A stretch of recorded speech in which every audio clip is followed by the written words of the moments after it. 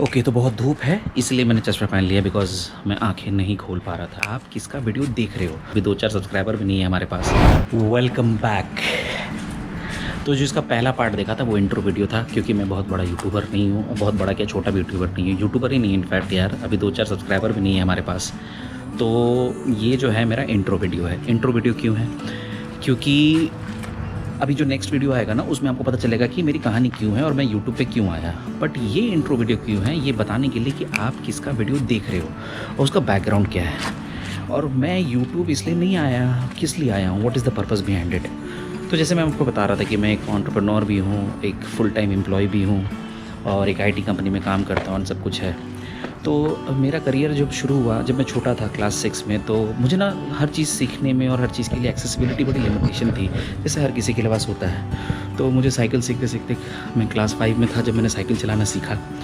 और सीखते ही मैं स्कूल के लिए ज़िद करने लगा कि भाई मुझे स्कूल साइकिल से जाना है, स्कूल साइकिल से जाना है। और यहाँ से मैंने शुरू किया अपना जर्नी 2 चक्कों पे। और इनफैक्ट अगर बोले तो 2 पैरों से उठ के मैं एक वाहन पे मूव हुआ। तो वाहन पे मूव हुआ और उसमें जो पहला चीज़ था वो था साइकिल। साइकिल मैंने चलाना सीखा कैसे? तो मैं जहाँ बिलोंग करता हूँ वहाँ पे ना किराए की साइकिल मिलते थे छोटे छोटे, तो उसको मैंने किराए पे लेता था। और 3 दिन का स्लॉट लगा मुझे, 1.5 घंटे के लिए, 3 रुपये का आधा घंटा। 1.5 घंटे मैंने साइकिल चलाई, 3 दिन आधे आधे घंटे, एंड मैं साइकिल सीख गया। उसके बाद मेरे घर में ही पड़ी हुई एक साइकिल थी, मैंने अपने घर वालों से मांगा मुझे साइकिल दिला दो, नहीं दिया, मैं बहुत छोटा था। फिर मैंने ना चीज़ें चेंज कर दी। और चेंज कैसे किया कि 1 साल साइकिल चलाया और वो साइकिल पुरानी थी, तो उसके साथ बहुत इश्यूज आते थे। कभी पंक्चर हो गया, कभी चेन टाइट लग रहा है, कभी ताकत नहीं आ रही है, बहुत सारे क्लेशेस थे। हालांकि वो एक नॉर्मल रेंजर साइकिल था। तो होता क्या है कि एक दिन न्यूज़पेपर में एक न्यूज़ आता है कि कैलिबर क्रोमा सिर्फ 36,000 रुपये में, 5,000 रुपये का डिस्काउंट, 41,000 की वो बाइक थी, डिस्काउंट पे वो 36,000 रुपये मिल रही थी। और मैंने अपने घर वालों को घुमा फिरा के कन्विंस कर लिया। और ये मेरी जर्नी थी पहली मोटर बाइकिंग की। क्या मुझे बाइक चलाने आता था तब? नहीं आता था, बिल्कुल नहीं आता था। मैंने बाइक जब ली, घर वालों को कन्विंस किया, तो मेरे घर में भी किसी को बाइक चलाने नहीं आता था, ऑनेस्टली बताऊँ तो किसी को उठा के लेके गया जिन्होंने शोरूम से डिलीवरी ली और वो बाइक वहाँ डिलीवर करवा दी घर तक। उसके बाद वो बाइक पड़ी रही। मैंने अपने बड़े दोस्तों को स्कूल में रिक्वेस्ट किया कि भाई सिखा दे यार, सिखा दे। अपने दोस्त को मना के लेके आया, वो मेरी बाइक निकालता था, फिर वो मुझे सिखाता था, फिर मैंने उस पर बाइक चलाना सीखा। और वो मेरी पहली बाइक थी कैलिबर क्रोमा। उसमें ना 2 वर्जन आते थे, एक डिस्क ब्रेक वाला और एक बिना डिस्क वाला। अगर आप वो बाइक चलाए हो या आपकी वो पहली बाइक थी तो ज़रूर कमेंट सेक्शन में मेंशन करना है यार। बड़ी बढ़िया बाइक थी, ज़बरदस्त पिकअप, सब बढ़िया। और उस बाइक को सीखने में मुझे 3-4 दिन लगे। और उस बाइक को लेके दैट वाज अ एज जब आप बहुत छोटे होते हो तो आपकी एनर्जी बहुत हाई रहती है। वो एक एज था जब ना मैंने वो बाइक खूब चलाई है। एंड हम लोगों के लिए यार वही बाइक सुपर बाइक थी, नो डाउट अबाउट इट। एकदम सुपर बाइक वाली फीलिंग आती थी। तो रैश ड्राइविंग करना, इससे रेस ले लेना, उससे रेस ले लेना, जो आते जाते मिल रहा उससे रेस ले लिया, खुद ही रेस लड़ लिया, खुद ही जीत गए, खुद ही हार गए, सब खुद ही कर लेते थे अपन, ठीक है। और उस बाइक में मेरे छोटे मोटे छुटपुट एक्सीडेंट हुए, जिसमें बहुत ज़्यादा इंजरी नहीं आई। लेकिन एक टर्निंग पॉइंट था मेरे लाइफ का 2005 में। उस बाइक से मैं स्कूल गया, कॉलेज गया, सब गया, उसी बाइक से ट्रैवलिंग करता था। लेकिन 2005 में ना एक सिचुएशन आया, और वो सिचुएशन क्या आया? वो ये आया कि 2005 में मैं जा रहा था कहीं पे, मैं रोड क्रॉस कर रहा था और मैं रोड को क्रॉस कर रहा था और वहाँ कोई सिग्नल नहीं थी। तो बाइक थी, बस था, और मैंने बस को देखा कि बस आ रहा है, तो मैंने रोड के आगे बढ़ा दिया बाइक को, एंड 60-70 की स्पीड होगा। उसी समय पीछे से एक मारुति आती है और वो मुझे दिखती ही नहीं लास्ट टर्न में, क्योंकि वो बस के पीछे छुपी हुई थी। और वो अचानक से आती है और हमारा एक्सीडेंट हो जाता है। मुझे आज तक नहीं पता कि वो एक्सीडेंट में क्या हुआ था, नहीं हुआ था। मेरी लास्ट मेमोरी बस इतनी थी कि वो गाड़ी आ रहा है, and I forgot everything after that. उसके बाद मैं अपने करियर के लिए आगे मूव करता हूँ, अपने जॉब के लिए जॉब में एंट्री मारता हूँ। और शुरू में जब नया जॉब होता है तो ना you are very excited, you always think कि यार क्या करें, कैसे करें, कैसे चीज़ें अच्छा से ज़्यादा पैसा कमाए, कैसे सैलरी बढ़ जाए, OT मिल जाए, कुछ एक्स्ट्रा पैसा मिल जाए। किसी भी तरह से ना आदमी सोचता है कि बस किसी तरह से पैसे आ जाए। और मैंने ना ये सोच लिया था कि अपने पैसे से ना, क्योंकि मैंने शहर मूव कर लिया था, आई केम टू दिल्ली, तो ये चीज़ें क्योंकि दिल्ली आ गया था तो मैंने सोचा कि यार जॉब कर रहे हैं यहाँ पे, तो अब जो है ना, अब बाइक नहीं चलाएंगे, अब सीधा गाड़ी लेंगे, अब लेंगे 4 चक्का। तो हमने बड़ी मेहनत करी और शायद मुझे जहाँ तक याद है मेरी पहली गाड़ी 2010 या 11 के बीच में ली थी मैंने। वो एक बहुत अच्छी गाड़ी थी, Maruti Suzuki steam VXI model, fully loaded with amazing speakers, woofers and what not, सब कुछ ज़बरदस्त। तो हमने वो गाड़ी ली और उससे हमने बड़े सारे ट्रिप्स मारे। हालांकि बहुत दूर दूर तक तो नहीं जा पाया क्योंकि घर से इतना अलाउड नहीं था, छोटे थे उस समय। तो हमने वो बाइक से खाटू श्याम हो गया, सालेसर हो गया, शिमला हो गया, आसपास के जर्नीज बहुत करी। उसके बाद ये चीज़ चलते रहा और इसी बीच में 2015-16 का ईयर आता है और मैं उस समय फेसबुक पर काफ़ी एक्टिव था। सोशल मीडिया पे मैं एक्टिव रहते ही हैं लोग, तो फेसबुक का टाइम था, फेसबुक पे टाइम स्पेंड कर रहे थे। तो फेसबुक पे स्क्रॉल करते करते ना मुझे एक दिन महाभारत की वीडियो दिख गई और महाभारत के लिए मैं हमेशा पैशनेट रहा हूँ। महाभारत की स्टोरीज़ जो है ना बड़ी मुझे इन्फ्लुएंस करती है, बहुत कुछ सीखने को मिलता है। आई थिंक आपको अपने लाइफ के बेसिक चीज़ें भी आप देखोगे ना तो उसके अपने लाइफ से कनेक्ट करोगे ना उन स्टोरीज़ को, तो आपको बड़ा इंस्पिरेशन मिलता है और आपको पता चलता है कि चीज़ों से कैसे उभरा जा सकता है, किस तरह से चैलेंजेस लिया जा सकता है। तो anyways coming to the point, मैं ना महाभारत के सारे वीडियोस देखना शुरू कर दिया।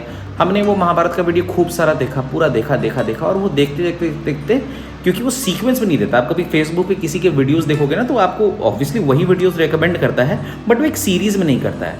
तो वहाँ से मैं यूट्यूब पे मूव किया जहाँ पे वो सेम वीडियोज़ मिल रहे थे सीक्वेंस में। तो मैं वहाँ डेली ऑफिस से वापस आऊँ तो मैं 1-2 घंटा महाभारत देखने में बिजी स्पेंड करता था। धीरे धीरे मुझे बहुत सारे ट्रैवलिंग वीडियोज़ आ रहे। अब let me take you to the back story क्या था यहाँ पे। बैक स्टोरी ये था कि आपको याद होगा कि डीडी मेट्रो पे बहुत साल पहले एक ट्रैवलिंग जो 30s के हैं, जो मिड 30s में हैं, मेरे एज के बिलोंग करते हैं, उनको पता होगा कि यार वो ना एक बहुत बढ़िया दीप्ति समथिंग नेम था उनका, मुझे याद नहीं है। तो वो एक्ट्रेस का एक ट्रैवल वीडियोज़ आता था, वो पूरे इंडिया घूमती थी, फिर वो पूरा वर्ल्ड घूमती थी। And I always use to feel fascinated कि और वाओ कितना घूम रहे हैं ये लोग ना, कितना मज़ा आता है यार घूमने में एंड ऑल दोज थिंग्स। तो वो एक कहीं ना कहीं थी एक चाह कि यार दुनिया घूमना चाहिए। बट ठीक है, रिस्पॉन्सिबिलिटीज़ होती है, घर की कमिटमेंट्स होते हैं, लाइफ करियर देखना पड़ता है, लाइफ का ग्रोथ देखना पड़ता है, बहुत कुछ होता है। तो आप उस सब चीज़ों में ना, इन चीज़ों में नहीं घुसते क्योंकि आप करियर में उसमें जा ही नहीं सकते, या आपके दिमाग में एक मेंटल ब्लॉकेज होता है कि आप जा ही नहीं सकते। तो मैंने बोला कि चलो कोई बात नहीं यार, वो जो भी है। तो जब मैं यूट्यूब पे आया तो मैंने देखना शुरू किया ट्रैवलिंग वीडियोज़। बड़े सारे लोग बाइक पे व्लॉग्स बना रहे हैं। 2015-16 में जो थे वो आज की डेट पे तो व्लॉगिंग के शहंशाह हैं, you can say that. And वो बहुत अच्छे से उनका दबदबा है व्लॉगिंग इंडस्ट्री में। तो बहुत सारे लोग वीडियोस डाल रहे थे, बाइक पे घूम रहे थे और मुझे वो बड़ा फैसिनेट किया।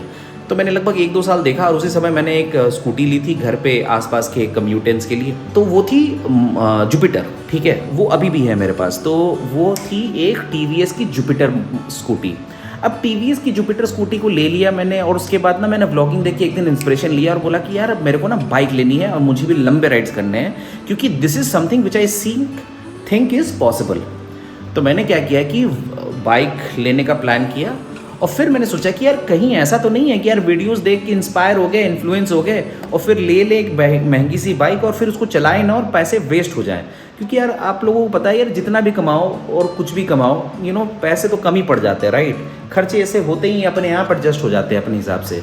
तो मैंने ये सोचा कि एक काम करते, छोटी मोटी राइड मार के देखते हैं और देखते कि इंटरेस्ट है कि नहीं। अब वो छोटी राइड कितनी छोटी होगी, तो हमने प्लान किया कि हम जाएंगे मसूरी की राइड करके आते हैं। 280-300 किलोमीटर के आसपास का रेंज में पड़ता है दिल्ली से वो। फटाफट उसका ट्रिप मार के आते, देख के आते। तो हमने 2 दोस्त को मना लिया, एक के पास था होंडा एक्टिवा और दूसरे के पास था यामाहा FZ। हमने तीनों ने प्लान किया कि वीकेंड में जाएंगे, मसूरी घूम के वापस आ जाएंगे। चलो ठीक है, तो हमने ये डिसाइड किया कि भैया सेफ्टी गियर होना चाहिए। अब यार स्कूटी पे तो कोई भी राइडिंग गियर तो पहनेगा नहीं और टेस्टिंग राइड चल रहा है तो यार उसमें इतना इन्वेस्ट करने का बजट भी नहीं होता है। तो हमने क्या किया, आर्म गार्ड और नी गार्ड लिया और उसको लेके चल दिए। हमारा ट्रिप चला गया बड़े मज़ेदार। थोड़ा बहुत प्रॉब्लम आया, पेट्रोल का issue and all those things, क्योंकि लंबी ट्रिप नहीं जाती। एक स्कूटी एक फुल टैंक में 80 की स्पीड पे आप चलाओगे तो मुश्किल से 90 से 100 किलोमीटर चल पाएगा। तो आपको हर 50-80 किलोमीटर पे 100 किलोमीटर पे एक बार पेट्रोल भरा लेना पड़ता है, जस्ट टू मेक श्योर कि कुछ पंगा ना हो जाए। तो अब ये इस तरह से चल रहा था हमारा। तो हमने एक राइड मारा, मसूरी का ट्रिप बढ़िया चला गया। उसके बाद मुझे लगा कि नहीं यार, the riding passion that I had earlier, though I was a reckless driver at that time, वो ना मेरे साथ अभी भी है, वो अभी भी मुझे फील हो रहा है कि है। तो मैंने ये डिसाइड किया कि भाई मैं बाइक ले रहा हूँ। अब मैंने मार्केटिंग शुरू करी कि कौन सा बाइक लें। तो बेस्ट बाइक मुझे चाहिए था जो दूर से दूर जा सके, इनफ पावरफुल कि वो 0 to 100 फटाफट कर जाए, तो 100 की स्पीड पे क्रूज़ करे तो वाइब्रेशंस ना हो, इस तरह के प्रॉब्लम्स ना हो। तो ये देख के हमने बहुत सारी बाइकें देखी, वर्सेस सबसे टॉप रेंज में देखा था, और उससे नीचे मैंने सारे ऑप्शंस देखी।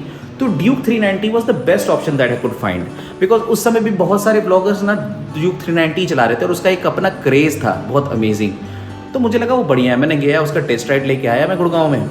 टेस्ट राइड लगा कि मुझे लगा कि भाई बहुत अच्छी बाइक है। अब आप ये सोचो कि जो बंदा 2005 से कोई दो व्हीलर नहीं चला रहा है, 2017 में वो एक स्कूटी लेता है और वो एक 110 सीसी की स्कूटी चला रहा है, और जब वो बाइक भी चला रहा था तो वो 100 सीसी की बाइक थी, और वो फिर स्कूटी पे आता है वो 110 सीसी की। तो उसके लिए ना ये बड़ा चैलेंजिंग हो जाता है कि यार इतना पावरफुल बाइक 390, वो जो कि 372 सीसी की है, 43.5 bhp पावर देती है, और it's like rocket, it is still a rocket. तो मैंने वो बोला कि भाई ले लेते हैं, कोई बात नहीं, देखते हैं। मैंने बाइक उठाई, उसको बुक कराया, मैंने भाई शुरू किया उसका पहला 1000 किलोमीटर का राइड। वो ज़्यादा दूर नहीं गया, मैं जस्ट थोड़ा सा नर्वस था because it was very powerful. वो लगता था कि यार ये ना मुझे चला रही है, मैं इसको नहीं चला रहा हूँ। तो शुरू में ये डर था, धीरे धीरे मैंने उसको चलाया, 600-700 किलोमीटर पर थोड़ा कंफर्टेबल हुआ। फिर हमने मारी जयपुर की राइड, जयपुर गए। जयपुर की राइड बहुत ही पेनफुल था, क्योंकि यार इतना लंबा ट्रिप और उस बाइक पे, और वो सीट इतनी हार्ड थी, and I was not expecting that कि वो बहुत पेनफुल रहेगा। क्योंकि आप नॉर्मली बैठते हो, आसपास जाते हो, तो आपको ना इतना फील नहीं होता दर्द, लेकिन जब आप 200, 250 या 100 किलोमीटर भी करते हो ना, तो वो पेन फील होता है। तो पहला राइड हमने जयपुर का किया, वो थोड़ा टफ था, कोई प्रॉब्लम नहीं है, लेकिन हाँ उसमें एक चीज़ अच्छा था, पूरा राइड कंप्लीट करा थोड़ा बहुत पेन के साथ, लेकिन मज़ा आया पूरा। और उस राइड के बाद से हमारी हुई राइड शुरू। उसके बाद हमने अमृतसर मारा राइड, जो कि बहुत सारे राइड्स मारे, लेकिन अमृतसर के बारे में बोलूँगा बहुत इंपॉर्टेंटली। अमृतसर एक ऐसी इंड्योरेंस राइड थी मेरी, जो कि मेरे इंड्योरेंस और मेरे लव फॉर बाइकिंग जो ना वो एक्चुअली डिपेक्ट करती है, और मुझे रियलाइज़ कराया कि नहीं, I love my biking like so much. और वो क्या था, तो वो ऐसा था कि मेरा शिफ्ट था फ्राइडे को, मैंने अपने पूरी फ्राइडे की शिफ्ट कंप्लीट करी। फ्राइडे की शिफ्ट कंप्लीट करने के बाद मैं चला गया, मैं निकल गया सुबह शिफ्ट कंप्लीट करा 3:30 बजे, 5 बजे के आसपास अमृतसर के लिए निकला। बाइक से पूरा ट्रिप मारा, वाघा बॉर्डर गया, वाघा बॉर्डर के पूरा सेरेमनी को देखा, इन्जॉय किया, होटल पहुंचा, खाना खाया, सोते सोते 11:30 बज गए।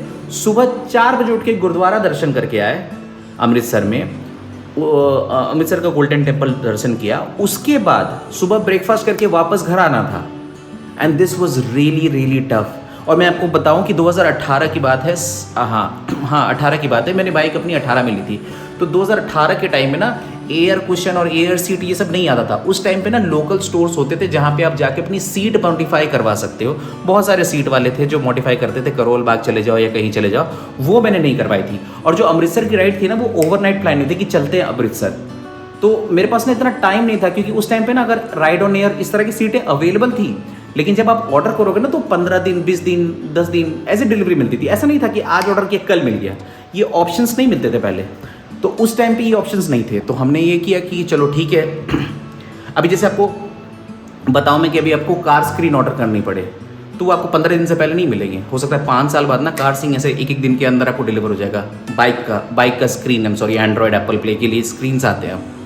तो anyways, coming to my point, तो वो मेरी एंडोरेंस राइड थी कि हम गए, 4 घंटे की नींद ली, वापस आ गए, और वो जर्नी बहुत टफ था मेरे लिए। It was really tough. कोई राइड ऑन एयर सीट्स नहीं है।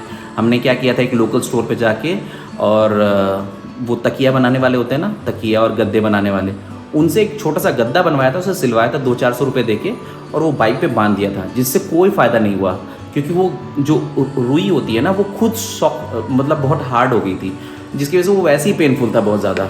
तो वो एक्स्ट्रा पेन कर रहा था हमारे को। तो that was my endurance ride. और फिर तो हमने बहुत सारे राइड मारे। ओली गया था मैं, जो कि एक मिसहैपनिंग डिज़ास्टर था मेरे लिए, एक ऐसी ट्रिप जिसके बारे में आपको किसी वीडियो में बताऊंगा। उसके बाद हमने बहुत सारी ट्रिप्स करी।